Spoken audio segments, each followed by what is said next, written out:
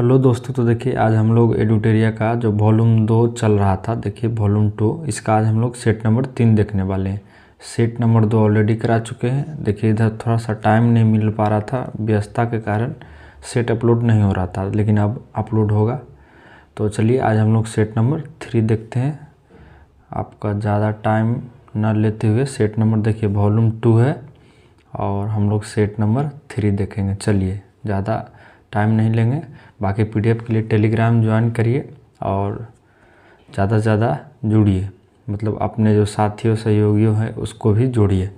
चलिए set number 3 देखते हैं। हम लोग देख सकते हैं प्रश्न पत्र संख्या 3 लिखा हुआ है।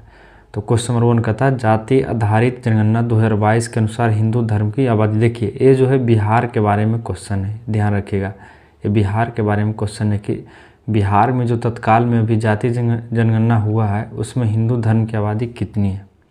देखिए इसमें हो जाएगा 81.99%। देखिए जबकि मुस्लिम आबादी 17.7% है। ये बिहार के बारे में है, ना कि देश के बारे में। यहाँ पे क्वेश्चन में कुछ मिसप्रिंट है, आप लोग देख लीजिएगा। चलिए आगे देखते हैं क्वेश्चन नंबर 2। यदि आपको पीडीएफ चाहिए तो ज्वाइन कर लीजिए और एक पेड ग्रुप भी चल रहा है, यदि आप उसमें ज्वाइन करना चाहते हैं तो ज्वाइन कर सकते हैं। उसमें क्या हुआ कि आपको डेली एक प्रैक्टिस सेट मिलेगा हर बुक का, जो भी मार्केट में अवेलेबल है। तो उसके लिए हम आपको बता देंगे टेलीग्राम पे। बाकी आपको यदि ऐसे ही पीडीएफ चाहिए तो टेलीग्राम पे जुड़ जाइए। चलिए, और जिसको पेड ग्रुप में जुड़ना है वो कमेंट कर सकता है और वहाँ से लिंक मिल जाएगा, वो जुड़ जाएगा। चलिए आगे देखते हैं हम लोग क्वेश्चन नंबर 2। कहता है भारत में अपनी शाखा खोलने वाला पहला विदेशी विश्वविद्यालय कौन है।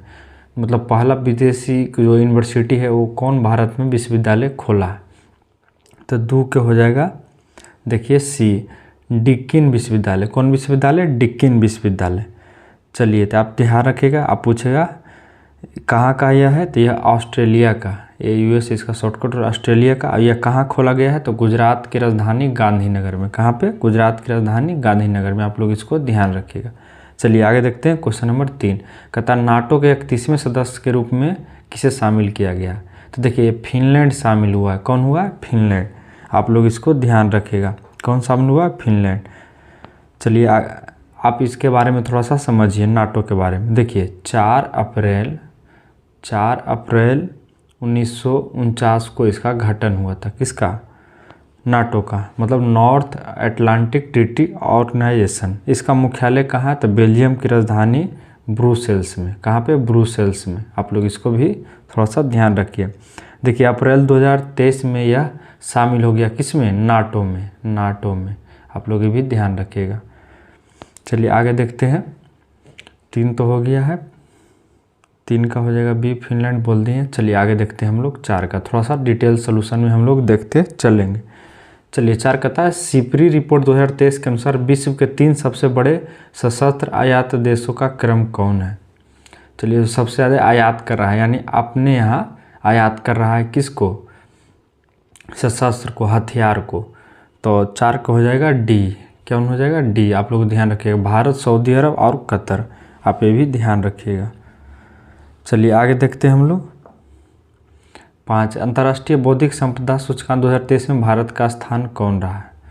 तो 5 का हो जाएगा ए, 42वां। कितना? 42वां। आपको पूछेगा कि इसमें कुल कितने देशों ने भाग लिया था, तो 55 देशों ने। कितना? 55 देशों ने। पूछेगा कि इसमें पहला स्थान किसका था, तो अमेरिका का था। किसका? यूएसए का, अमेरिका का था। आप लोग भी ध्यान रखिएगा। अमेरिका का इसमें पहला स्थान था, ये भी आप ध्यान रखिएगा। तो चलिए 5 का कितना हो जाएगा? बी। भारत का 42वां स्थान है 55 देशों में। कहता नेपाल के नए राष्ट्रपति कौन बने हैं। देखिए विद्या देवी भंडारी इससे पहले यहाँ की क्या थी? राष्ट्रपति। लेकिन फिलहाल जो है राम प्रसाद पौडेल ये बने हैं क्या? नया राष्ट्रपति। आप लोग इसको ध्यान रखिएगा। चलिए कब बने हैं, तो 13 मार्च को ही बने हैं 2023 को। चलिए आगे देखते हैं 7। कहता प्रधानमंत्री द्वारा टेक्सटाइल उद्योग को बढ़ावा देने हेतु कितने पीएम मित्र मेगा टेक्सटाइल पार्क को स्थापित करने की घोषणा की गई है। तो 7 का देखिए, 7 का हो जाएगा सी, 7। कितना? 7 का 7, यानी 7 गो स्थापित होगा टेक्सटाइल पार्क। आप ये भी ध्यान रखिएगा। चलिए तो आप ये भी देख लीजिए कहाँ कहाँ होगा। तो तमिलनाडु, तेलंगाना, कर्नाटक, गुजरात, उत्तर प्रदेश और मध्य प्रदेश एवं महाराष्ट्र में। चलिए 8 देखते हैं। थोड़ा सा आपको स्पीड में बोलने से क्या होगा कि आप लोग को कम टाइम में अच्छा सोल्यूशन मिल जाएगा। चलिए कहता है बजट 2023-24 में प्रधानमंत्री ग्राम सड़क योजना हेतु कितना आवंटित किया गया है राशि। ग्राम सड़क योजना जो आप लोग गांव में देखते हैं, तो इसमें हो जाएगा ऑप्शन ए 19,000 करोड़ रुपये आवंटित किए गए हैं। तो आप लोग इसको भी ध्यान रखें। पूछेगा आपको राष्ट्रीय स्वास्थ्य मिशन के लिए कितना किया गया है, तो इसके लिए 36,785, ध्यान रखिएगा 36,785 करोड़ रुपये आवंटित किए गए हैं। किसके लिए? राष्ट्रीय स्वास्थ्य मिशन के लिए। नौकता हाल ही में अंतर्राष्ट्रीय महिला वैज्ञानिक दिवस कब मनाया गया? तो देखिए ये जो है अंतर्राष्ट्रीय महिला वैज्ञानिक दिवस जो है आपको 11 अप्रैल को मनाया जाता है। आप लोग इसको ध्यान रखिएगा। 11 का हो जाएगा ए, 9 का ए हो जाएगा ए, माफ़ कीजिएगा 9 का ए। तो चलिए आगे देखते हैं हम लोग। 10 में आ जाते हैं। कहता हाल ही में किए गए घोषणा के अनुसार आरबीआई ने ई रूपी की सीमा को 10,000 से बढ़ाकर कितना कर दिया? तो देखिए 10,000 से बढ़ाकर यह 1 लाख तक कर दिया है। आप लोग इसको ध्यान रखिए। कितना हो जाएगा? तो 10 का हो जाएगा डी। आप लोग इसको ध्यान रखिएगा। देखिए पूछेगा कि आपको ये जो है आरबीआई ने ई रूपी जो है लॉन्च कब किया था? ई रूपी तो ये जो है 2 अगस्त 2021 को प्रधानमंत्री नरेंद्र मोदी द्वारा लॉन्च किया गया था ई रूपी। चलिए कहता है 11 में कहता है मालाबार नौसेना अभ्यास 2023 का आयोजन कहाँ किया गया? मालाबार पूछ रहा है। तो 11 को हो जाएगा ये ऑस्ट्रेलिया में। कहाँ किया गया? ऑस्ट्रेलिया में 2023 में। पूछेगा 22 में कहाँ हुआ था? तो 2022 में जापान में हुआ था, ध्यान रखिएगा। चलिए ये सब करेंट है, फिर भी आपको सोल्यूशन बताते चलते हैं। 12 कहता है बच्चों के लिए डिजिटल स्वास्थ्य कार्ड लॉन्च करने वाला पहला राज्य कौन बन गया है? बच्चों के लिए डिजिटल स्वास्थ्य कार्ड तो हो जाएगा उत्तर प्रदेश, यूपी। चलिए आप लोग इसको ध्यान रखिए। देखिए ये सब करेंट का क्वेश्चन है। 13 कहता है नेशनल आइस हॉकी चैंपियन 2023 का खिताब किसने जीता? तो 13 का देखिए, तो 13 का हो जाएगा सी, आईटीबीपी ने। इसका फाइनल लद्दाख और आईटीबीपी के बीच खेला गया था, ये भी आप ध्यान रखिएगा। चलिए आगे देखते हैं। 1-0 स्कोर से हराया है, यानी एक भी गोल लद्दाख नहीं कर पाया था। 14 कहता हाल ही में प्रसिद्ध व्यक्ति सतीश कौशिक का निधन हो गया है। देखिए आप सुने होंगे सतीश कौशिक जी के बारे में, यह अभिनेता निर्देशक दोनों थे। तो 14 को हो जाएगा डी। आप लोग इसको ध्यान रखिए। इन्होंने 100 से ज़्यादा फिल्मों में काम भी किया है, ये भी आप ध्यान रखिएगा। चलिए 15 कहता है लिखित में कौन सा राज्यों के संबंध में सही सम्मिलित नहीं है? पूछ रहा नहीं है, तो देख लीजिए इसमें राज्यपाल दे दिया है, तो आप लोग को बताना है कि कौन इसमें सम्मिलित नहीं है। तो 15 का देखिए, 15 का हो जाएगा डी, रमेश बैस, मेघालय का नहीं है। आप लोग ये भी ध्यान रखिएगा। तो आपको पूछेगा कि मेघालय का कौन है, तो मेघालय का वही है जो इससे पहले फागू चौहान जो बिहार के थे, वो अभी मेघालय का है। तो आप लोग इसको ध्यान रखिए। पूछेगा रमेश बैस कहाँ के भाई? तो ये है महाराष्ट्र के, एमएच यानी महाराष्ट्र के। बाकी सब तीनों ऑप्शन सही है, ये बात ध्यान रखिएगा। 16 कहता भारत को किस वर्ष एससीओ में पर्यवेक्षक दर्जा दिया गया था? एससीओ में तो 16 के देख लीजिए, 16 को हो जाएगा ये 2005 में। तो इसमें कुछ इसके बारे में समझिए। एससीओ यानी कि संघाई सहयोग संगठन, इसमें टोटल 8 सदस्य हैं, ये बात ध्यान रखिएगा। इसका स्थापना जो किया गया था 2001 में। थोड़ा सा फैक्ट हम लोग देखते चलेंगे। अब भारत को 2005 में इसमें एंट्री मिला था। चलिए आगे देखते हैं हम लोग।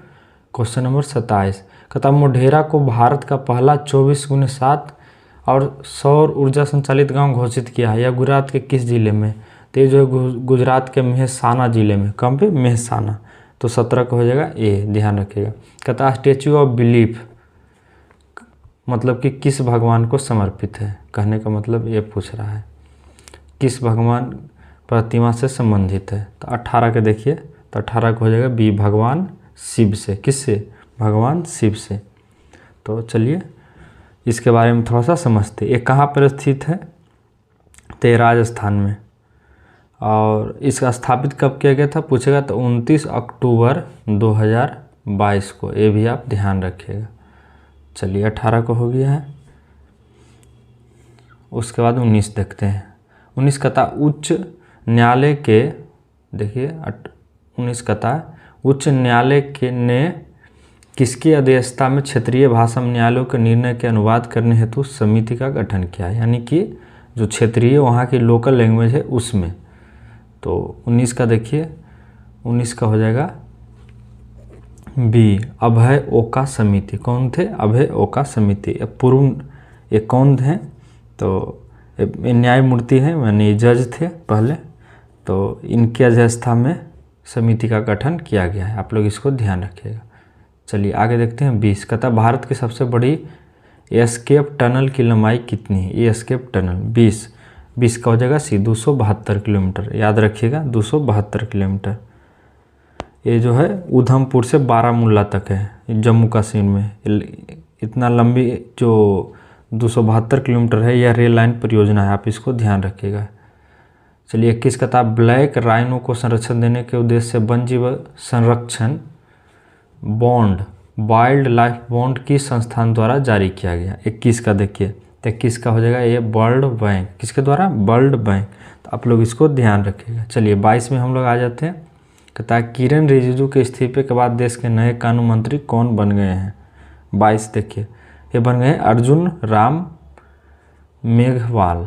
आप इसको ध्यान रखिएगा। चलिए 23 में आ जाते हैं।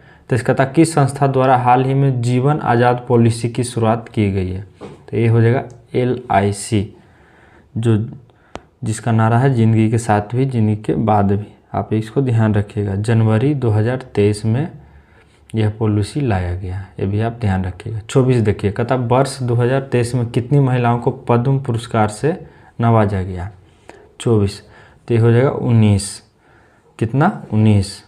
तो आप इसको ध्यान रखिएगा। टोटल देखिए पद्म विभूषण, पद्म भूषण, पद्म श्री मिला के कुल 106 लोगों को मिला है, जिसमें से 19 महिलाएं हैं। देखिए पद्म विभूषण 6 लोग को मिला है, ध्यान रखिएगा। जैसे से बोल रहे हैं सुनिए। पद्म भूषण 9 लोगों का, और बाकी जो बच गया 91 को है।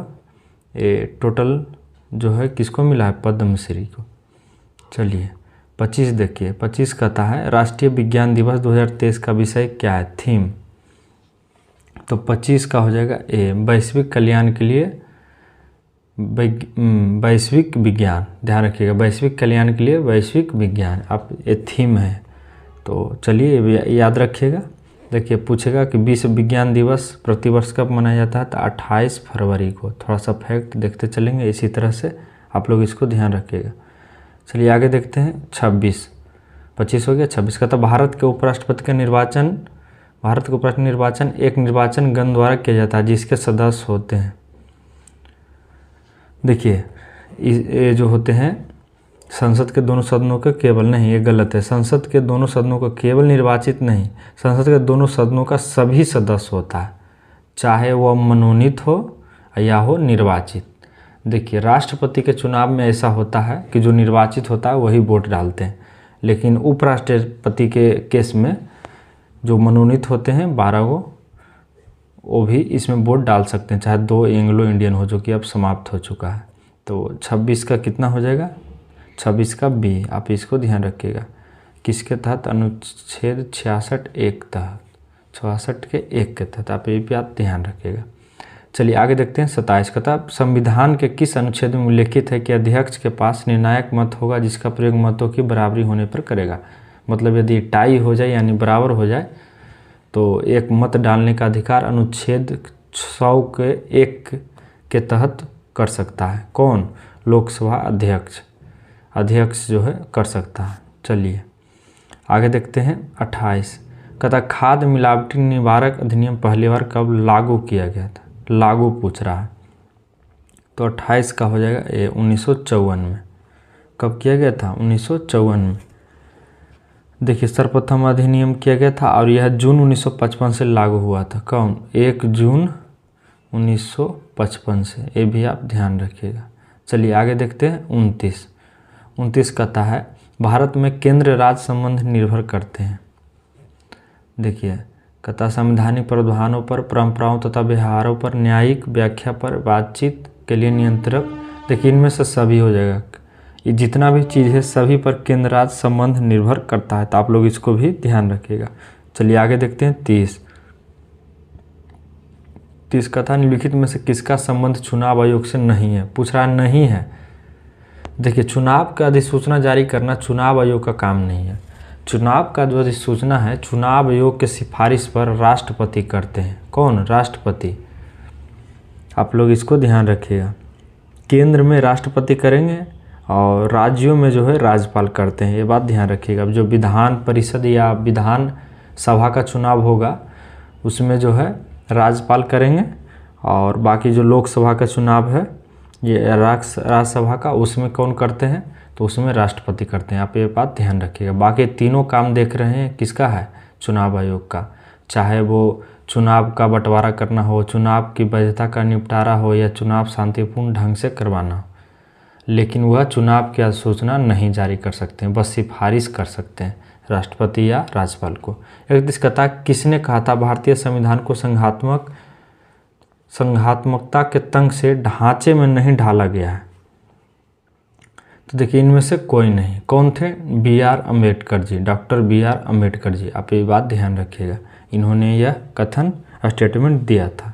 चलिए 32 कहता है, मेयर का कार्यकाल होता है। देखिए, ऐसे तो 5 साल होता है मेयर का कार्यकाल, लेकिन कुछ कुछ शहरों में 1 वर्ष के लिए भी होता है, ये भी बात आप ध्यान रखिएगा। जैसे मैं आपको बता देते हैं कि बेंगलुरु दिल्ली में 1 वर्ष के लिए भी मेयर का कार्यकाल होता है, तो ये अपवाद है। 33 कहता है, लिखित सूची को सूची 2 से मिलान कीजिए। तो आपको मिलान करना है। देखिए 33, तो 33 क्या देख लीजिए आप लोग, इसका डी होगा सही आंसर। मिला लीजिएगा आप लोग कि 4 का हो जाएगा 1, उसी तरह देख लीजिए आप लोग मिला लीजिए। जैसे 4 का कितना हो जाएगा? ए, तो 4 का ए, इसी तरह आप लोग मिला लीजिएगा। चलिए आप लोग के लिए छोड़ देते हैं। देखिए इसका ऑप्शन 4 सही होगा, आपको इतना बता देते हैं, 33 का 4। चलिए आगे देखते हैं, मिला लीजिएगा आप लोग। 34 कहता है, निम्न में से कौन सा संबंधित संशोधन अधिनियम मताधिकार की आयु को घटाकर कम किया गया था? मतलब किस अधिनियम? देखिए 61वां संविधान संशोधन के तहत जो है आयु को कम किया गया था। किसके आयु को? मतदान की आयु को। कब किया गया था? 1989 में। कब किया गया था? 1989 में। आप लोग ये बात ध्यान रखिएगा। संविधान के अनुच्छेद 326 को इसमें संशोधित किया गया था, ये भी आप ध्यान रखिएगा। 21 से घटाकर आयु 18 किया गया था। 34 हो गया। 35 में आते हैं। कहता बोहरा समिति का संबंध किससे है? ये है राजनेताओं तथा अपराधियों की साठगांठ, यानी राजनेता और जो अपराधी है मिले जुले होते हैं, उसकी जांच के लिए यह बनाया गया था। ये बात ध्यान रखिएगा। कब बनाया गया था आपको पूछेगा, तो 1993 में। ये भी फैक्ट ध्यान रखिएगा। चलिए आगे देखते हैं हम लोग। 36 कहता राष्ट्रीय कृषि ग्रामीण विकास बैंक, जिसको कि हम लोग नाबार्ड के नाम से भी जाने जाते हैं, इसकी स्थापना जो है 12 जुलाई 1982 को हुई थी। आप लोग इसको ध्यान रखिएगा, जिसको नाबार्ड बोलते हैं। जिसमें जो किसान को सस्ती ऋण मुहैया कराने के लिए, सहयोग करने के लिए बनाया गया था। इसका मुख्यालय पूछेगा तो मुंबई में। कहाँ पे है? मुंबई। ये भी बात ध्यान रखिएगा। इसका कार्य क्या है? किसानों को कल्याण करना, कृषि के क्षेत्र को बढ़ावा देना। चलिए आगे देखते हैं। 37 कहता 20 सूत्री कार्यक्रम की शुरुआत किस पंचवर्षीय योजना में की गई थी? एक की गई थी 5वीं पंचवर्षीय योजना। तो आपको पूछ देगा कब हुआ था? 1975 से स्टार्ट हुआ था। और इसका अवधि क्या था? तो 1974 से लेके, ध्यान रखिएगा, इसका अवधि पूछेगा 5वीं का, तो 1974 से लेके 1978 तक। 1978 तक ध्यान रखिएगा। चलिए आगे देखते हैं। 48 कहता मत्स्य एवं खनन क्षेत्र किसके अंतर्गत आते हैं? देखिए मत्स्य जो प्राकृतिक से मतलब डायरेक्ट इंक्लूडेड है, वो प्राथमिक क्षेत्र में आते हैं। निर्माण विनिर्माण जो द्वितीयक से और तृतीय से क्षेत्र को सेवा क्षेत्र कहते हैं, ये भी आप ध्यान रखिएगा। 39 कहता है the general theory of employment interested and money, पुस्तक के लेखक कौन है? 39, तो इसका हो जाएगा किन्स। कौन थे? किन्स जी। तो ये बात ध्यान रखिएगा। यह पुस्तक कब प्रकाशित हुआ था? तो 1936 में। ये भी आप ध्यान रखिए, कभी कभी स्टैटिक में आपसे पूछ सकता है। 40 कहता है भारत के विदेशी व्यापार से संबंधित आंकड़े किसके द्वारा जारी किया जाता है? ये जो है भारतीय रिजर्व बैंक जारी करती है। कौन? भारतीय रिजर्व बैंक। तो आप लोग इसको ध्यान रखिएगा। 41 कहता है किस ग्रह का विशिष्ट गुण उसके चुंबकीय क्षेत्र का होना है। ये जो है बुध का, बुध तो पहला बात है कि सबसे छोटा ग्रह है, ये भी आप ध्यान रख लीजिएगा, और सबसे हल्का भी है। देखिए इसका कोई भी उपग्रह नहीं है, ये भी आप ध्यान रखिए। किसका? बुध का। इस ग्रह का सबसे विशिष्ट गुण यही है। देखिए चुंबकीय क्षेत्र होना भी ये इसका एक विशिष्ट गुण है। क्यों? यह सूर्य की परिक्रमा को सबसे कम समय यानी 88 दिन में ही मात्र घूम लेता है। आप समझ सकते हैं, मात्र 88 दिन में। तो इसको ये भी बोल सकते हैं कि सौर मंडल का सर्वाधिक कक्षीय ग्रह है, मतलब सबसे ज़्यादा स्पीड में घूर लेता है। देखिए पृथ्वी को 365 दिन लगता है चक्कर लगाने में। चलिए आगे हम लोग देखते हैं 42, 41 हो गया, 42 में आते हैं। कहता है लिखित में से कौन बलित पर्वत के उदाहरण नहीं है? तो देखिए पारसनाथ नहीं है, बाकी हिमालय। बलित का मतलब हुआ जो नया नया बना है, फोल्डिंग माउंटेन, जैसे हिमालय, आल्प्स इत्यादि जितना भी देख रहे हैं आप, उसी तरह से सब क्या है? बलित के उदाहरण हैं। तो आओ आ गया जिसे नीलगिरी, सतपुड़ा इत्यादि ध्यान रखिएगा। ये सब क्या है? नीलगिरी, सतपुड़ा, पारसनाथ, ये सब है अवशिष्ट, पुराना हो गया। लेकिन नया बोलेगा तो Alps, Ural, Rockies, Andes, Himalaya सब क्या है? न्यू पर्वत है। आगे चलते हैं हम लोग। क्वेश्चन नंबर 43 कहता है किस देश को, चलिए इसका आप लोग पारसनाथ होगा, आपको टिक करा दिए थे स्टार्टिंग में। 43 कहता है किस देश को वनों का देश के नाम से जाना जाता है? इसको कांगो को। किसको? कांगो को। तो आप लोग इसको ध्यान रखिए, कांगो को कहते हैं। आगे 44 कहता है क्या? कहता है लिखित में से कौन ठंडी जलधारा, ठंडी पूछ रहा है। तो देख लीजिए 43 ऊपर चला गया है, 43 तो हो गया है, 44 देखिए। 44 पूछ रहा है सबसे ठंडी जलधारा कौन है? तो 44 को जगह सी हमबोल्ट। बाकी जितना देख रहे हैं तीनों गर्म जलधारा है, ये बात ध्यान रखिएगा। चलिए आगे देखते हैं कोयम्बटूर एवं कोची कौन सा दर्रा जोड़ता है? पाल घाट। कौन जोड़ता है? पाल घाट। तो 45 का बी। पाल घाट कितना लंबा है? 203 किलोमीटर, 203 किलोमीटर। आप लोग इसको ध्यान रखिएगा। आओ देखिए थाल घाट, भोर घाट के बारे में समझिए। थाल घाट जो है नासिक से मुंबई, किसके बीच? नासिक और मुंबई के बीच में। और उसके बाद भोर घाट मुंबई से पुणे। आप लोग ये भी ध्यान रखिएगा, एम से मुंबई, पी से पुणे, मुंबई पुणे के बीच में है। कौन? भोर घाट। चलिए आगे देखते हैं। कहता है जवाई तथा सुकरी किसकी सहायक नदी है? ये जो है लूनी की है। किसकी? लूनी की। 46 का देखिए लूनी हो जाएगा। लूनी नदी जो है भारत का एकमात्र अंतर्बाह्य नदी है, ये भी आप ध्यान रखिएगा। चलिए 47 कहता है गिरना सिंचाई परियोजना कहाँ है? तो गिरना सिंचाई परियोजना महाराष्ट्र में है। कहाँ पे? महाराष्ट्र में। तो आप ये बात ध्यान रखिएगा। महाराष्ट्र में कहाँ पे? तो नासिक जिला में। और कहाँ पे? तो गिरना नदी पे। गिरना नदी का नाम है, ध्यान रखिएगा, गिरना नदी पर ही यह स्थित है। आओ आपको पूछेगा कि केरल में कौन सी परियोजना स्थित है? तो पंपा सिंचाई परियोजना कहाँ पे स्थित है? केरल में, ध्यान रखिएगा। चलिए 47 हो गया, हम लोग 48 की ओर बढ़ते हैं। आ जाते हैं 48। कहता है लिखित में कौन सा जलप्रपात राजस्थान में नहीं है? तो देखिए 48 का हो जाएगा बी, दूध सागर राजस्थान में नहीं है, ये बात ध्यान रखिएगा। दूध सागर जलप्रपात गोवा में मांडी नदी पर है। कौन नदी पर? मांडी नदी पर, गोवा में है। कौन? दूध सागर। बाकी देख रहे हैं चुलिया, बिहार जितना भी है सब कहाँ पे है? राजस्थान में। तो 48 का हो जाएगा बी। चलिए आगे देखते हैं 49। कहता है माउंट कोयोबो स्थित है, ये जो है दक्षिणी अंडमान में। कहाँ स्थित है? दक्षिणी अंडमान में, ध्यान रखिएगा। इसकी ऊंचाई पूछेगा तो 460 मीटर। कितना? 460 मीटर। चलिए आगे देखते हैं 50। कहता है नेपाल के साथ कितने भारतीय राज्य सीमा साझा करते हैं? तो ये हैं 5। कौन कौन है? तो यूपी, बीएच यानी बिहार, उत्तराखंड, यूपी, बिहार, पश्चिम बंगाल और सिक्किम। चलिए पहले ये बात ध्यान रखिएगा। चलिए आगे देखते हैं हम लोग। 50 हो गया है, कितना हो गया? 5 राज्य, ध्यान रखिएगा। 50 के हो जाएगा 5, 50 के 5। तो चलिए हो गया, आगे देखते हैं हम लोग। 51 कहता है सुमेलित करने के लिए कौन बुक किसकी है? तो देखिए कौटिल्य के तो अर्थशास्त्र है, आपको भी पता होगा। तो 51 का देख लीजिए, 51 का सी हो जाएगा। देखिए 4 का 1 देख लीजिए, 4 का 1, 2 का बी होगा। कितना होगा? 2 का बी, ध्यान रखिएगा। चलिए तो आप लोग मिला लीजिएगा, 51 का सी होगा, आपको बता दिए हैं। चलिए 52 देखते, कहता दिल्ली सल्तनत के एकमात्र सुल्तान जिसने अपनी आत्मकथा लिखी, तो ये लिखा था फिरोज शाह तुगलक ने। कौन लिखा था? फिरोज शाह तुगलक ने। तो 52 को हो जाएगा बी। चलिए इसके बारे में थोड़ा सा जान जाते हैं, फिरोज शाह तुगलक के बारे में। फिरोज शाह तुगलक ब्राह्मण पर जजिया कर लगाने वाला पहला मुस्लिम शासक था। ध्यान रखिएगा, फिरोज शाह तुगलक ने एक नया कर सिंचाई भी लगाया था, उपज पर 110 यानी 1/10 भाग। ये भी आप ध्यान रखिएगा। 53 कहता है महमूद गजनवी को परास्त करने के लिए कौन राजपूत शासकों संघ का नेतृत्व किया था? तो एक किया था जयपाल ने। कौन किया था? जयपाल ने। लेकिन यह बुरी तरह हारा था और यह हार बर्दाश्त नहीं कर पाया था और यह आत्महत्या भी कर लिया था। ये भी आप ध्यान रखिएगा। चलिए आगे देखते हैं। क्वेश्चन नंबर 54 कहता लिखित विदेशी यात्रियों में से कौन सा मुगल साम्राज्य में नहीं आया था? डोमिंग पायस नहीं आया था। कौन आया था? डोमिंग पायस। ध्यान रखिएगा, मिस्टेक से बोला गया था। डोमिंग पायस इसका सही होगा, 54 का डी। देखिए डोमिंग पायस जो है कृष्णदेव राय के समय में आया था। किसके समय में? कृष्णदेव राय।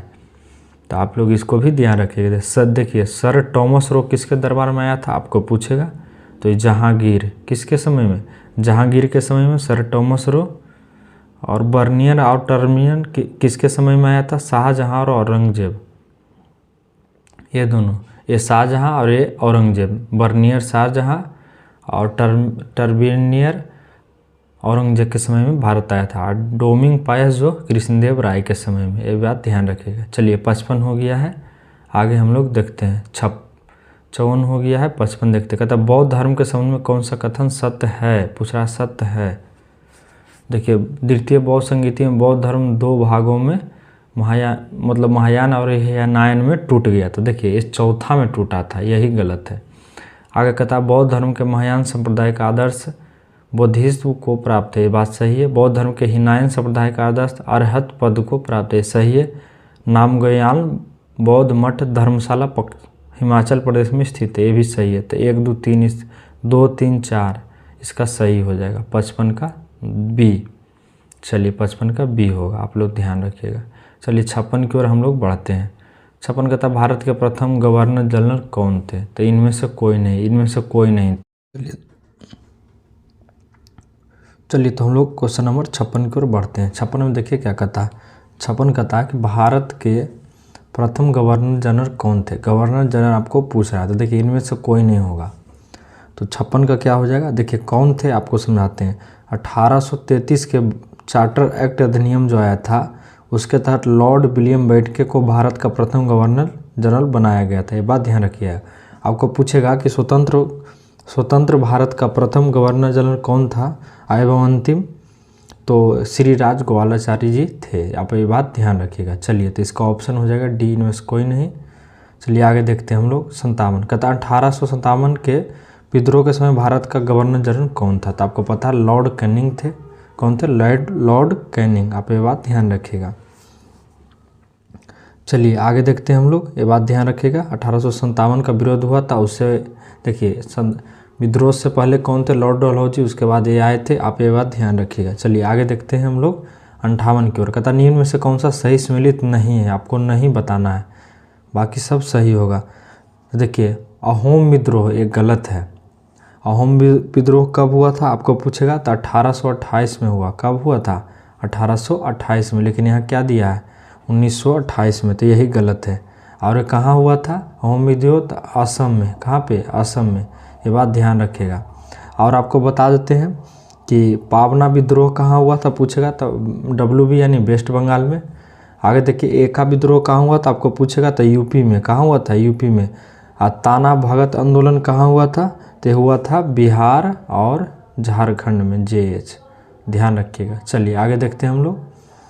59 कहता सत्याशोधक समाज की स्थापना किसने किया था? ये किए थे ज्योतिराव फूले जी। ज्योतिबा फूले जी। कौन किए थे? ज्योतिबा फूले जी। और कब किए थे? तो 1873 में। ये भी बात ध्यान रखिएगा। चलिए आगे देखते हैं। 60 कहता है कि निम्नलिखित में कौन सा फतेहपुर सीकरी में स्थित नहीं है? तो देख लीजिए मोती मस्जिद नहीं है। ये जो है लाल किला में स्थित है। कहाँ पे? लाल किला में। और एक आगरा के किला में। फतेहपुर सीकरी में बाकी जितना 3 ऑप्शन देख रहे हैं, पंचमहल, चिश्ती देख लीजिए, सलीम चिश्ती या मरियम पहले से, तीनों स्थित है, बात ध्यान रखिएगा। तो इसका ऑप्शन हो जाएगा बी सही, ध्यान रखिए। चलिए आगे देखते हैं। 61 कहता लिखित में से किस व्यक्ति को काकोरी षड्यंत्र मामले में ब्रिटिश सरकार ने फांसी दिया था? तो वह था राम प्रसाद बिस्मिल्ला एवं रोशत लाल, ये दोनों को क्या मिला था? फांसी की सज़ा, ध्यान रखिएगा। तो 61 का कितना हो जाएगा? 61 का बी। ये हुआ था कब आपको पूछेगा?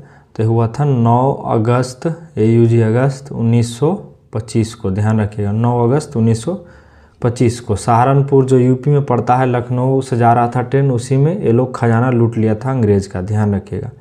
चलिए आगे देखते हैं। इसमें एक मुस्लिम क्रांतिकारी थे आसाफुल्लाह खान, उनको भी फांसी दिया गया था, ध्यान रखिएगा। उसके और कौन कौन थे इसके में शामिल? तो सचिन सान्याल थे, इनको आजीवन कारावास मिला था, यानी आजीवन सजा जेल में। निम्नलिखित में से 62 देखिए, 62 नंबर का निम्नलिखित में से कौन से गोलमेज सम्मेलन में गांधी जी भाग नहीं लिए थे? देखिए मात्र द्वितीय गोल सम्मेलन में भाग लिए थे, उसके बाद किसी में भी नहीं लिए थे। तो A एंड C इसका सही हो जाएगा, ये बात ध्यान रखिएगा। चलिए आगे देखते हैं हम लोग, आगे देखते हैं 63 का लिखित में से कौन सा कथन सत्य है? पूछ रहा सत्य कौन है ये बताइए। 63 का जावालनोपनिषद में चारों आश्रम का उल्लेख मिलता है। विष्णु पुराण आंध्र सतवाहन वंश से संबंधित है। कहता भारत में सर्वप्रथम हुन आक्रमण की जानकारी नासिक अभिलेख से होती है। टोलमी ने नेचुरल हिस्ट्री नामक पुस्तक लिखा था। लिंक में तो कौन सत्य है? यानी 3 गलत है, 1 सही आपको बताना है। तो 63 का जो हो जाएगा A सही हो जाएगा, ये बात आप ध्यान रखिएगा। 63 का कौन सही हो जाएगा? A। जाबालोपनिषद में चारों आश्रम का उल्लेख मिलता है, ये बात सही है। बाकी तीनों जो देख रहे हैं आप गलत है। चलिए इसके बारे में थोड़ा समझते हैं। देखिए प्लिनी ने नेचुरल हिस्ट्री नामक पुस्तक लिखा था, यहाँ पे क्या दिया है? टोलमी, तो गलत हो गया। आगे आओ इसके बारे में थोड़ा सा समझिए। देखिए विष्णु पुराण मौर्य वंश से संबंधित है, मत्स्य पुराण आंध्र सतवाहन वंश से संबंधित है, वायु पुराण गुप्त वंश से संबंधित है। तो ये सब देखते रहिए, आपको जितना फैक्ट बताएं आप सुनते रहिए। सिर्फ विष्णु पुराण के बारे में पूछेगा आपको बता दिए मौर्य वंश से है। जालवोपनिषद में चारों आश्रम का उल्लेख मिलता है, ये बात सही है 1। तो ऑप्शन 1 सही हो जाएगा। आप लोग सिर्फ सुनते जाइए। 64 क्या कहता है देख लीजिए। 64 का निम्न में से किस हड़प्पा स्थल से जुते हुए खेत मिला था? तो ये मिला था कालीबंगा से। कहाँ से? कालीबंगा से। आपको पूछेगा कि सिंधु सभ्यता का खोज किसने किया था? तो 1921 में दयाराम साहनी ने किया था। कौन? दयाराम साहनी ने। आपको पूछेगा कालीबंगा कहाँ स्थित है? तो राजस्थान में। कौन सा नदी पर? घग्घर नदी पर। घग्घर, ध्यान रखिएगा, राजस्थान में घग्घर नदी पर स्थित है, ये बात आप ध्यान रखिएगा। चलिए हम लोग आगे बढ़ते हैं। कितना हो गया? 64, 65 की ओर। 65 कहता है चोल काल में व्यापारी की सभा को किस नाम से जाना जाता है? चोल काल में व्यापारी की सभा को क्या कहते थे? इसको बोलते थे नरगम। क्या बोलते थे? व्यापारी की सभा को नरगम बोलते थे, ध्यान रखिएगा, नरगम। ऑप्शन C सही हो जाएगा, नरगम। चलिए आगे देखते हैं। और यदि आपको इसके बारे में डिटेल थोड़ा बता देखिए। चोल प्रशासन में भाग लेने वाले उच्च पदाधिकारियों को पूछेगा क्या कहते हैं? तब पेरुनदरम एवं निम्न श्रेणी के जो पदाधिकारी है उसको सेरुद्रम निम्न अधिकारी को। ये बात आप समझ जाइए। चलिए आगे देखते हैं। 66 कहता है वर्ष 1997 में जलवायु सम्मेलन कहाँ पर हुआ था? तो हुआ था क्योटो में। क्योटो में कहाँ पे? क्योटो कहाँ है? जापान का एक शहर है, ध्यान रखिएगा। दिसंबर 1997 में हुआ था। चलिए आगे देखते हैं। ये जो है इसका मुख्य उद्देश्य आपको पूछेगा क्या था? तो ग्लोबल वार्मिंग, जो वैश्विक तापमान बढ़ रहा है जिससे जलवायु परिवर्तन हो रहा है, इसके लिए ये बैठक हुआ था। जलवायु परिवर्तन यानी वैश्विक ग्लोबल वार्मिंग को कम करने के लिए, ध्यान रखिएगा। भारत के प्रथम रामसर साइट निम्नलिखित से कौन सा था? तो सबसे पहला था चिल्का झील। कौन था? चिल्का झील। कहाँ स्थित है चिल्का झील? तो उड़ीसा में, ध्यान रखिएगा, उड़ीसा में स्थित है चिल्का झील। भारत का पहला रामसर साइट था कौन? चिल्का झील, ध्यान रखिएगा। 67 का बी। उसके बाद आगे देखते हैं। देखिए सबसे बड़ा आंध्र भूमि बोलेगा तो सुंदरबन डेल्टा जो आंध्र भूमि है सबसे बड़ा है। देखिए रेणुका आंध्र भूमि आपको पूछेगा कि रेणुका आंध्र भूमि कहाँ स्थित है? तो हिमाचल प्रदेश में। आई भारत का सबसे छोटा है। कौन? रेणुका, हिमाचल प्रदेश, HP में स्थित है, हिमाचल प्रदेश में, ध्यान रखिएगा। चिल्का झील आपको बता दिए। कावड़ताल, कावड़ताल ये बिहार में है, ध्यान रखिएगा। चलिए आगे देखते हैं कितना नंबर 68, 68 में आ जाते हैं। 68 कहता है जैव विविधता का सबसे महत्वपूर्ण पहलू क्या है। सब देखिए, जैव विविधता का मतलब हुआ पारिस्थितिकी तंत्र का निर्वहन करना। जैसे ही वर्ड आवे आपको पारिस्थितिकी पर ध्यान रखना है। 69 में 68 हो गया है। चलिए हम लोग 69 की ओर बढ़ते हैं। तथा पारिस्थितिकी तंत्र में एक पोषी स्तर से दूसरे पोषी स्तर में स्थानांतरण की ऊर्जा की मात्रा देखिए घटते रहती है। क्या होती रहती है? घटते रहती है। देखिए आप ऐसे समझिए, यदि आप जैसे में बकरी जो है खाया किसको? घास को, तो उससे पूरा प्रोटीन लिया और बकरी को मान लिया कि खा लिया आदमी। बात का मतलब समझिए, तो उससे उसका पूरा प्रोटीन नहीं जाएगा, उसका 10% लॉस होता ही जाएगा। फिर आदमी को मान लीजिए खा गया बाघ, तो उसका भी घटते चला जाएगा। तो ये जो रेशियो है सजीवों में, इस तरह से जब आप खाइएगा तो ये घटते चला जाएगा। लेकिन विष उल्टा असर करता है। यदि कोई मान लीजिए बकरी है, वो विष पी लिया, वो जिंदा रह गया, वो आदमी खा लिया, तो उसका 20-100% उसमें ट्रांसफ़र हो जाता है। ये बात ध्यान रखिएगा, यही बोलना चाह रहा है पोषी स्तर के बारे में। चलिए 70 का क्या कहता है? देखिए, वह क्षेत्र जो दो पारिस्थितिकी तंत्रों के माध्यम से सीमा रेखा अथवा संक्रमण क्षेत्र के रूप में कार्य करता है, उसे क्या कहते हैं? 70 का बोल रहा है। 70 का डी देखिए, इकोटोन कहते हैं। क्या कहते हैं? इकोटोन। देखिए कैसे, थोड़ा सा मैप से आपको समझाते हैं। देखिए इस तरह का मान लीजिए कि कोई डायग्राम है, आप एग्जाम्पल से समझिए। इस तरह का आपको ये नहीं, चलिए आप अच्छा से दिखाते हैं। जैसे में ए हो गया और एक ऐसे, ठीक है। तो देखिए ये मान लीजिए हो गया वन और ये मान हो गया चारागाह। ये बीच वाला जो क्षेत्र हुआ दोनों का कॉमन, इसको कहते हैं इकोटोन। ध्यान रखिएगा, इकोटोन। चलिए आगे देखते हैं कितना नंबर हो गया है? 70। 71 कहता दिए गए विकल्पों में कौन सा अदिश राशि का उदाहरण? देखिए अदिश जिसमें परिमाण होता है, दिशा नहीं होता है, तो कौन होता है उसमें? तो चाल में। किस में? चाल में। ध्यान रखिएगा। तो 71 का सी, चाल। चलिए 72 कहता न्यूटन के किस नियम से बल का व्यंजक जो है द्वितीय नियम से प्राप्त होता है? एक में क्या है? परिभाषा। ये भी आप ध्यान रखिएगा। चलिए आगे देखते हैं। ताप बढ़ने पर द्रव की श्यानता पर क्या प्रभाव पड़ता है? देखिए कोई द्रव है, लिक्विड के टाइप पर, पानी है, यदि द्रव के ताप बढ़ाइएगा तो उसका निश्चित है कि उसका जो श्यानता है वो घटते चला जाएगा। धीरे धीरे क्या होगा? उसका जो है लिक्विड ख़त्म होते चला जाएगा, उसका घटते चला जाएगा। तो 73 का कितना हो जाएगा? बी। ध्यान रखिएगा। 74 के तहत जरा दृष्टि को दूर करने में किस लेंस का प्रयोग किया जाता है? देखिए जरा दृष्टि वालों के लिए बाइफोकल लेंस। बाइफोकल लेंस की क्या खासियत है कि इसमें उत्तल लेंस और अवतल लेंस दोनों लगा रहता है एक ही चश्मे में। ये बात ध्यान रखिएगा। कब? बुढ़ापा के समय में बीमारी ज़्यादा सताता है। ध्यान रखिएगा। जो व्यक्ति इससे ग्रसित होता है उसको ना तो दूर के और ना ही नज़दीक के वस्तु दिखती है। ये बात ध्यान रखिएगा। इसलिए बाइफोकल लेंस में दोनों लेंस लगा रहता है। तो ये ज़्यादातर बीमारी बुढ़ापा में देखा जाता है। आप लोग इसको ध्यान रखिएगा। चलिए आगे बढ़ते हैं हम लोग। 74 हो गया है। 75 की ओर आते हैं। 75 कहता है लिखित में से किसकी भेदन क्षमता एवं आयनन क्षमता सबसे अधिक होती है?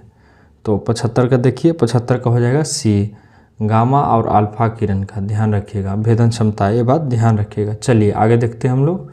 76, 75 तक हो गया। 76 देखते हैं। 76 कहता है कि लिखित में से कौन सम्मिलित नहीं है? खोजकर्ता के आपको बताना है। विद्युत चुम्बकीय तरंग है और एक खोजकर्ता है, मतलब 3 सही है, एक कोनो गलत होगा। देखिए दृश्य प्रकाश का तो न्यूटन किया था, ये बात बिल्कुल सही है 76 में।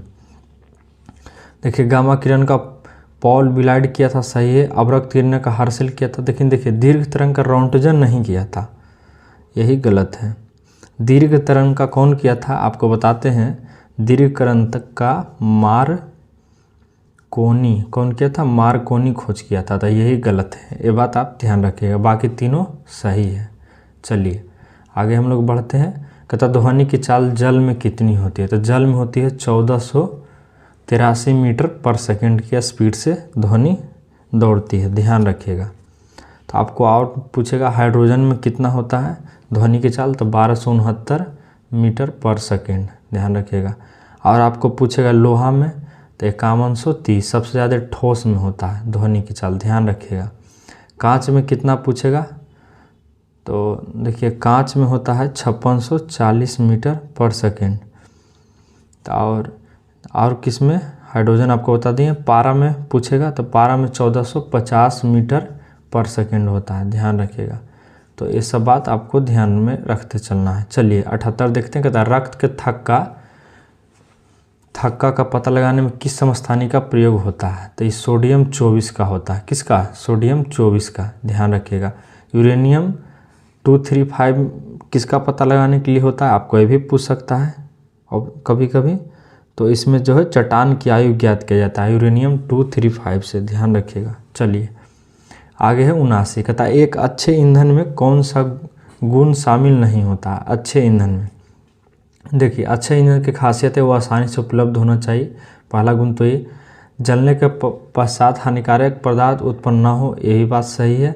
उसका उसमें मान निम्न होता, देखिए यही गलत है। कैसे निम्न मान होगा, तो फिर तो बढ़िया होगा कैसे। जैसे आप कोई चीज़ का जला रहे हैं, उससे माजे खाने बना रहे हैं, उससे पका ही नहीं, तो फायदा जलाने से। निम्न नहीं होना चाहिए, थोड़ा सा उच्च होना चाहिए। उसका प्रज्वलन ताप उच्च, देखिए प्रचलन ताप निम्न होना चाहिए, ये सही है।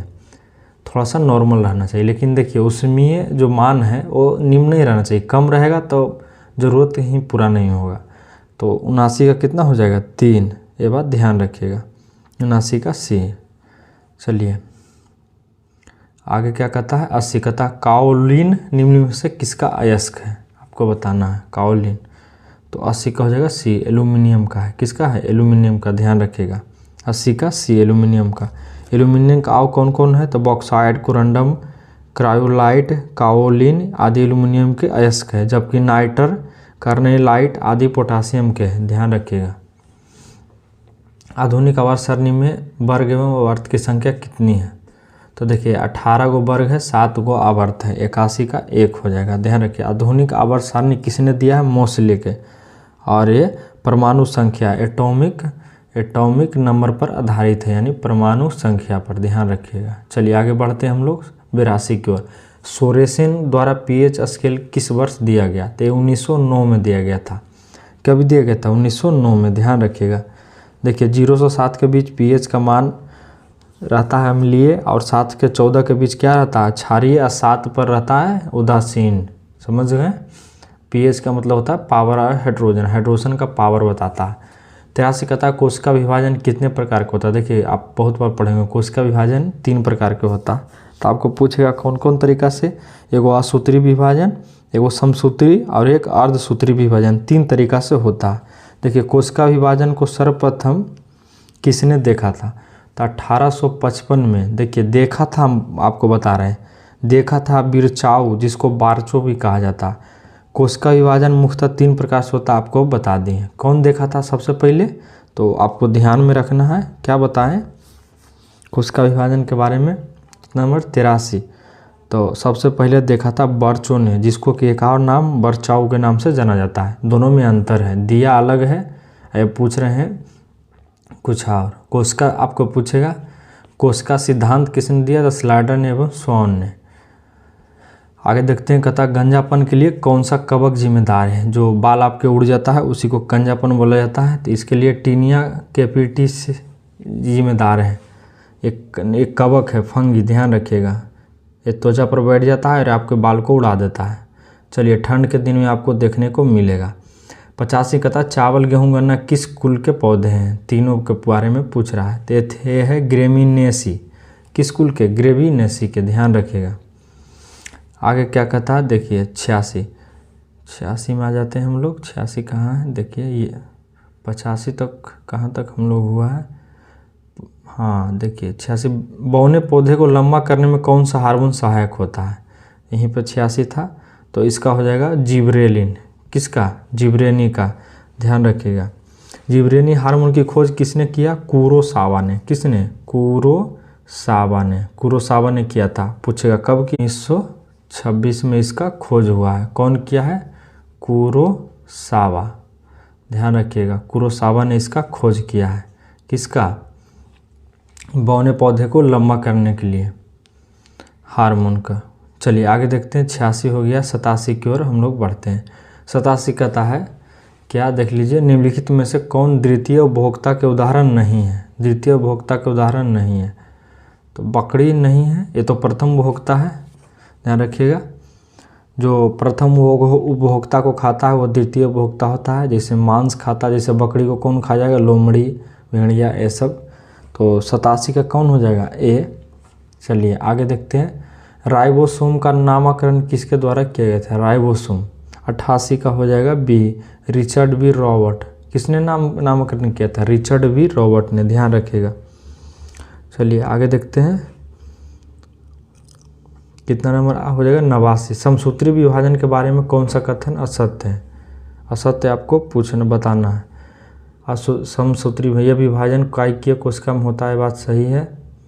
इस विभाजन में बहुत कम समय लगता है, ये भी सही है। इसकी सबसे छोटी अवस्था फ्रुक्टोज है, ये भी सही है। तो इनमें से कोई नहीं हो जाएगा। 89 का कितना हो जाएगा, डी। चलिए 90 देखते हैं, इनमें से कौन सा एंजाइम अग्नाशय द्वारा स्रावित नहीं होता। तो 90 का हो जाएगा ए, पेप्सिन जो है अग्नाशय द्वारा नहीं होता। ट्रिप्सिन, लाइप्सिन, लाइपेज, ये दोनों होता है, ध्यान रखिएगा। तो देखिए ट्रिप्सिन, एमाइलेज, लाइपेज जितना भी आपको बताएं ये अग्नाशय द्वारा स्रावित होता है। लेकिन आमाशय से निकलने वाला कौन कौन है एंजाइम, तो पेप्सिन और रेनिन। पेप्सिन हो गया, एक होता है रेनिन, समझ गए, ये स्टमक से निकलता है। यूरोपियन कमीशन का मुख्यालय कहाँ पे स्थित है, यूरोपियन कमीशन का आपको पूछ रहा है। 91 का हो जाएगा ए, ब्रुसेल्स में। कहाँ स्थित है, ब्रुसेल्स में, ध्यान रखना, यूरोपीय यूनियन का ब्रुसेल्स में स्थित है। आपको पूछेगा कि यूरोपियन पार्लियामेंट का मुख्यालय कहाँ स्थित है, तो इसका मुख्यालय लग्जमबर्ग में है। कहाँ पे, लग्जमबर्ग, ध्यान रखिएगा। 92 कतार, रेड क्रॉस को अब तक कितनी बार नोबेल का शांति पुरस्कार मिला है। आपको इसका सही जवाब हो जाएगा 3 बार। कितनी बार मिला है, 3 बार। रेड क्रॉस की स्थापना पूछेगा तो 1863 में हुआ था। ये मानवीय सहायता पहुंचाता है, ध्यान रखिएगा, कहीं पे युद्ध हो या कुछ हो तो वहाँ पे मानवीय सहायता रेड क्रॉस पहुंचाता है। इसको अभी तक 3 बार मिल चुका है। आपको पूछेगा कब कब मिला है, तो देख लीजिए 1917 में पहली बार, फिर 1944 में मिला इसको, और फिर कब मिला, उसके बाद 1963 में, ध्यान रखिएगा। इसको अभी तक 3 बार मिल चुका है। और प्रतिवर्ष रेड क्रॉस दिवस कब मनाया जाता है, 8 मई को। 8 मई को, ध्यान रखिएगा, 8 मई को, ध्यान रखिएगा। चलिए आगे बढ़ते हैं हम लोग। 93 कहता है मांडी झागोर नृत्य का संबंध किस राज्य से है, मांडी झागोर का संबंध, ध्यान रखिएगा। तो आपको पूछेगा मांडी झागोर, तो कितना है 93, तो 93 का हो जाएगा ए, क्या हो जाएगा, गोवा, गोवा में स्थित है। चलिए कहता है BC राय पुरस्कार किस क्षेत्र में, देखिए फेमस है, चिकित्सा के क्षेत्र में मिलता है। कौन सा क्षेत्र में, चिकित्सा के क्षेत्र में, ध्यान रखिएगा। तो 94 का हो जाएगा बी। 95 कहता है द कंपनी ऑफ वुमेन पुस्तक के लेखक कौन है, 95। तो देखिए बुक है, तो एक खुशवंत सिंह लिखे थे, कौन लिखे थे, खुशवंत सिंह, ध्यान रखिए, खुशवंत सिंह। और क्या लिखे थे, ट्रेन टू पाकिस्तान, यही लिखे थे। तो कहता है 36 लीटर प्रति दूध के साथ पानी की किस अनुपात में मिलाना चाहिए कि मिश्रण 28 हो। देखिए यदि आप पढ़े होंगे तो आपको आसानी से समझ आएगा। मान लीजिए कि एक 36 दिया है और एक मान लेते हैं कि इधर का एक नहीं क्वांटिटी दिया है 36 रुपये प्रति लीटर। मान लीजिए कि 36 रुपये है रेशियो में, और ये मान लेते हैं 0 रुपये, इसका तो दिया नहीं है तो 0 रुपये, और इसको किस अनुपात में मिलाना है कि मिश्रण 28% हो जाता है। 28 को आपको यहाँ पर लिखना है, आपको तरीका बताते हैं। आपको इस तरह से आपको घटा लेना है, तो आप लोग घटाइए। तो 36 में से देखिए 28 घटाइए और 0 में से तो हो जाएगा 28, और 36 में 28 तो क्या हो जाएगा 8। तो 28 8 करिएगा तो क्या होगा, देखिए यहाँ पे हो जाएगा 2 चौ 8 7 चौ 28, 7:2। तो ऑप्शन डी में देखिए आ रहा है 7:2, देखिए 7:2 यही सही होगा। आगे देखते हैं, कहता है ए अकेले कार्य को 20 दिन में कर सकता है। देखिए एक किसी काम को 20 दिन में कर सकता है दिया है, और जबकि बी अकेले उसी कार्य को 25 दिन में समाप्त कर सकता है, बी इसे 25 दिन में। आप दोनों का एलसीएम लीजिए, आपको आसान तरीका से बताते हैं। 20 25 और एलसीएम हो जाएगा 100। मान लीजिए टोटल वर्क हमको इतना करना है, कितना 100, तो इसमें भाग दीजिए 20 × 100, यानी पर डे कितना काम कर, देखिए 20 दिन में टोटल काम कर देता था, हमको पता करना एक दिन में कितना करेगा। तो 20 25 100 5 काम, अब 25 4 100, एक दिन में 4 काम बी करता है, अब 5 काम कौन करता है, ए। तो आप लोग अच्छा से लिख देते हैं, आप लोग को समझ में नहीं तो नहीं आएगा। चलिए किसी काम को देख लीजिए 20 दिन में करता है और बी किसी काम को 25 दिन में, आपको दोनों का एलसीएम लीजिएगा तो 100 आएगा। देखिए एक दिन का काम कैसे निकालेंगे, 20 दिन में तो पूरा काम करता था, एक दिन निकालना है, एक दिन का काम तो 20 से भाग दीजिए तो 5 आएगा। एक दिन में 5 काम और बी एक दिन में 4 काम कहता। फिर बी देखिए दोनों मिलकर 5 दिन काज करता है, तो देखिए एक दिन में दोनों मिला के 5 4 9 काम करेगा, 5 दिन करेगा तब 45, तो बचा कितना 55 काम। और वो कौन करेगा, तो बी काम करके छोड़ के चल जाता है, तो ए करेगा, तो ए से भाग दीजिए 5 से, तो 11 5 55, 11 दिन में कर लेगा बचा काम को।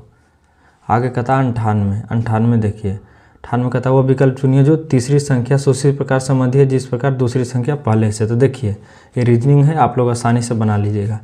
देखिए 14 का दुगुना क्या होता है 28, और 14 के कीजिएगा स्क्वायर कितना होता है 196, तो 8 6 14 जोड़ लीजिए दोनों का, 9 2 11 1 12 1 1 224 के आधा कीजिए 112। देखिए ये आप लोग के कोई बताएंगे, ये आपका माइंड काम करना चाहिए इस प्रकार से।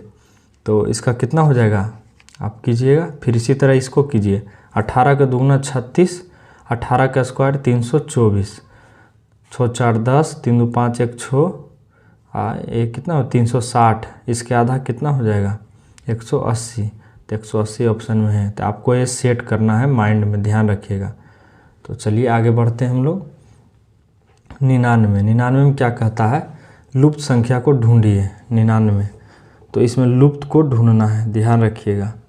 तो देखिए 6 8 कितना होता है 48, 8 6 कितना हो गया 48, और 6 जो इधर 6 है 6 भागा 2 दीजिए तो कितना हो जाएगा 3 2 तिया 6, तो 3 आया, इसको घटा दीजिए तो आ गया 45। उसी प्रकार इसको 10 6 60 और 10 में भागा करिए 2 से तो कितना आएगा 5 है, अब 5 घटाइए तो आ जाएगा 55। उसी प्रकार इसको करना है। तो ये सब है, आपको दिमाग लगाना है। इसको कैसे करेंगे तो आपको बताएं भाई 12 4 48 हो जाएगा, 48 में 4 हो गया 12 4 48, और 4 में 2 से भाग दीजिए तो हो बचेगा 2, 48 में 2 घटाइए तो क्या आएगा 46। तो इधर आ जाते हैं, देखिए 46 ऑप्शन में है तो सही हो जाएगा। चलिए आप लोग गिन लीजिएगा, नहीं तो बताते हैं इसका 19 ऑप्शन होगा 100 का बी। इसमें क्या ट्रिक बताएं आप लोग गिन लीजिएगा। चलिए तो हम लोग सेट 3 सफलतापूर्वक समाप्त किए हैं। चलिए आप नया आए हैं तो चैनल पर जुड़िए, आपको PDF फ्री में मिल लेना है, तो टेलीग्राम ज्वाइन करिए। और चलिए तब तक के लिए धन्यवाद, जय हिंद।